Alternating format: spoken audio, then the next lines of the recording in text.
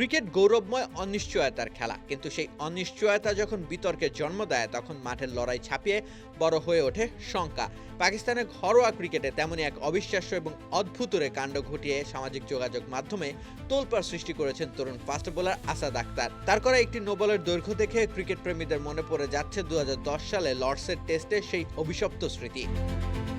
পেশোয়ারের Imran Khan cricket স্টেডিয়ামে মুখোমুখি হয়েছিল করাচি ব্লুজ ও লাহোর ব্লুজ। করাচির হয়ে বোলিং করতে এসে এক ওভারেই যেন খেই হারিয়ে ফেলেন 25 বছর বয়সী পেসার আসাদ আক্তার।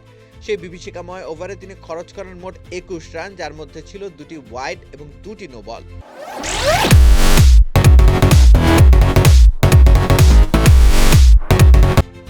তবে আলোচনার কেন্দ্রবিন্দুতে সেই অতিরিক্ত রান নয়, বরং তার করা একটি নো বলের ধরন। টিভি স্ক্রিনে দেখা যায় বল ডেলিভারির সময় আসাদের সামনের পা বোলিং ক্রিজ থেকে এতটাই এগিয়ে ছিল যে তা সাধারণ কোনো ভুল বলে মানতে নারাজ ক্রিকেট বোদ্ধারা।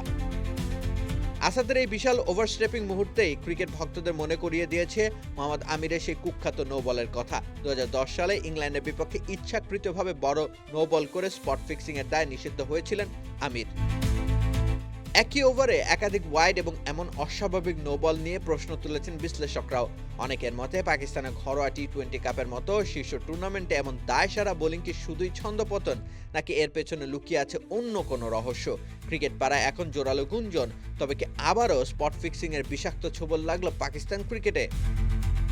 এখন পর্যন্ত পাকিস্তান ক্রিকেট বোর্ড থেকে এই বিষয়ে আনুষ্ঠানিক কোনো তদন্তের ঘোষণা না এলেও সাধারণ দর্শক ও ভক্তদের কাঠগড়ায় দাঁড়িয়ে আসাদ আক্তারের সেই রহস্যময় ওভারটি।